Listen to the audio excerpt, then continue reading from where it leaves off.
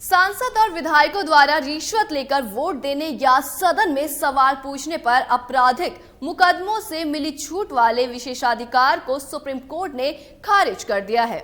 Supreme court के मुख्य न्यायाधीश डी.वाई. चंद्रचूड़ की अध्यक्षता वाली 7 न्यायाधीशों की खंडपीठ में 1998 में पीवी नरसिम्हा राव मामले में आए फैसले को पलट दिया है। संविधान पीठ ने स्पष्ट कर दिया है कि रिश्वत से जुड़े मामले में सांसद और विधायक मुकदमों से नहीं बच सकते। इस फैसले का सीधा असर झारखंड मुक्ति मोर्चा पर पड़ सकता है, क्योंकि संसद रिश्वत कांड मामले में झामुमो के शिबू सोरेन समेत 4 सांसदों को 1998 में सुप्रीम कोर्ट के 5 सदस्यीय बेंच द्वारा 3-2 के फैसले के आपराधिक मुकदमों से छूट मिल गई थी। इसी केस का हवाला देकर झामुमो विधायक सीता सोरेन ने राज्यसभा हॉर्स ट्रेडिंग मामले में सुप्रीम कोर्ट से राहत की मांग की थी, लेकिन पूरा मामला उल्टा ही पड़ गया। सुप्रीम कोर्ट ने इस फैसले से झारखंड की सत्ताधारी पार्टी झामुमो को बड़ा झटका लगा है। पार्टी प्रवक्ता मनोज पांडे का कहना है कि सुप्रीम कोर्ट ने फैसले की जानकारी मीडिया के मार्फत मिली है, वह इस पर कानूनी सलाह लिया जा रहा है। अब ये फैसला कब से लागू माना जाएगा, ये देखना है कि आदेश में क्या है। इसी के आधार पर पार्टी अपना स्टैंड क्लियर करेगी। तो वहीं प्रदेश भाजपा ने भ्रष्टाचार के मामले में सुप्रीम कोर्ट के संविधान पीठ के फैसले का स्वागत करते हुए इसे ऐतिहासिक बताया है। प्रदेश प्रवक्ता प्रतुल शाहदेव ने कहा कि संविधान की धारा 105 और 194 के तहत सुप्रीम कोर्ट ने फैसला सुनाया है। पैसे लेकर वोट देने या सदन में भाषण देने वाले सांसदों और विधायकों को भी अब मुकदमे से छूट नहीं मिल सकती।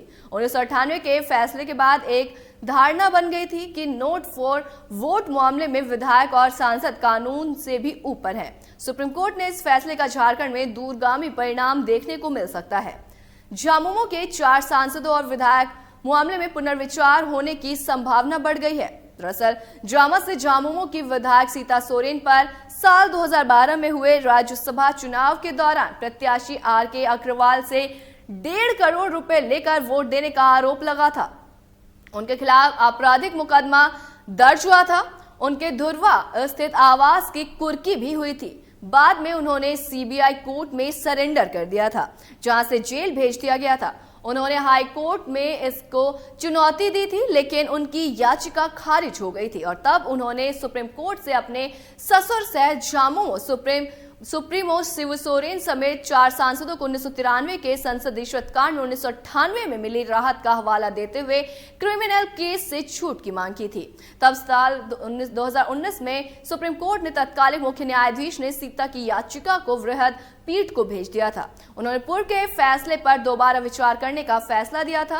उन्होंने कहा था कि क्या किसी सांसद या विधायक को वोट के बदले नोट लेने की छूट दी जा सकती है? क्या कोई ऐसा कर आपराधिक मामलों से बचने का दावा कर सकता है? 1993 में केंद्र में नरसिम्हा राव के नेतृत्व वाली सरकार थी।